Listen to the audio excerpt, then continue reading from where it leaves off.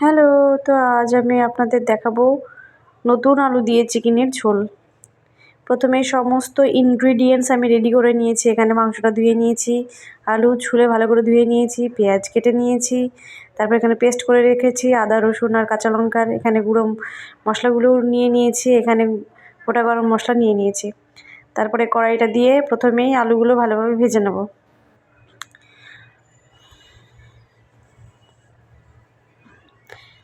আলুটা ভাজা হয়ে গেলেই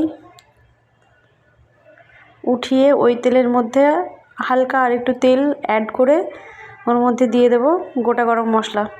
গোটা গরম মশলার মধ্যে আমি দিয়েছি 3-4টে এলাচ, শুকনো লঙ্কা, দারচিনি, 2টো মতো লবঙ্গ আর গোলমরিচ। ওইগুলো হালকা ভেজে নিয়ে ওর মধ্যে দিয়ে দেবো আমি পেঁয়াজ।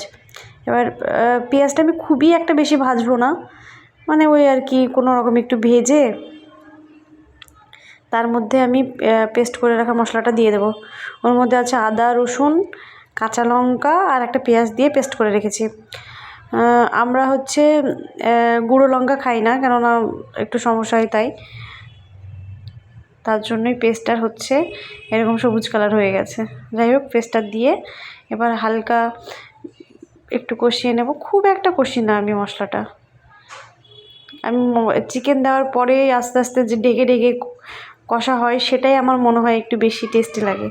তো এখানে হালকা একটু ভেজে নিচ্ছি, তারপরে হালকা একটু কষা হয়ে গেলেই আমি দিয়ে দেবো টমেটোটা দিয়ে হালকা একটু কষিয়ে নেব মশলার সাথে টমেটোটাকে।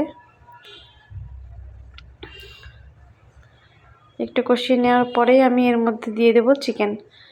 এবার চিকেনটা আর মশলাগুলো ভালোভাবে একটু নেড়ে নেব। এই যে মশলার সাথে চিকেনটা একদম ভালোভাবে একদম কষিয়ে নিলাম।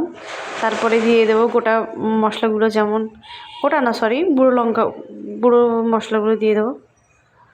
গুঁড়ো মশলার মধ্যে দিয়েছি হলুদ, লবণ, জিরে গুঁড়ো আর ধনিয়া গুঁড়ো। এবার ওগুলো দিয়ে নেড়ে, এই যে ঢেকে দেওয়ার পরে এতগুলো জল ছেড়েছে, এতটা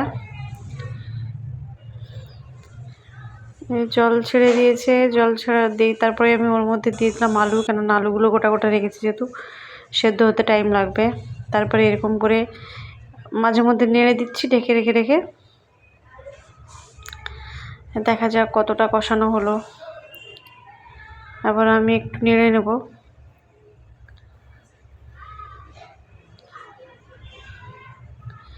এই যে অলমোস্ট হয়েই গেছে আমার কষানো। এই যে তেল ছেড়েও দিয়েছে। এর মধ্যে আমি গরম জল অ্যাড করে দেব। গরম জল অ্যাড করে দিলাম, তারপরে ঢেকে দিলাম। আর এই যে আমার চিকেনের ফাইনাল লুক। তো আমার ভিডিও যদি আপনাদের ভালো লাগে তাহলে একটা লাইক, কমেন্ট অ্যান্ড শেয়ার করে দেবেন।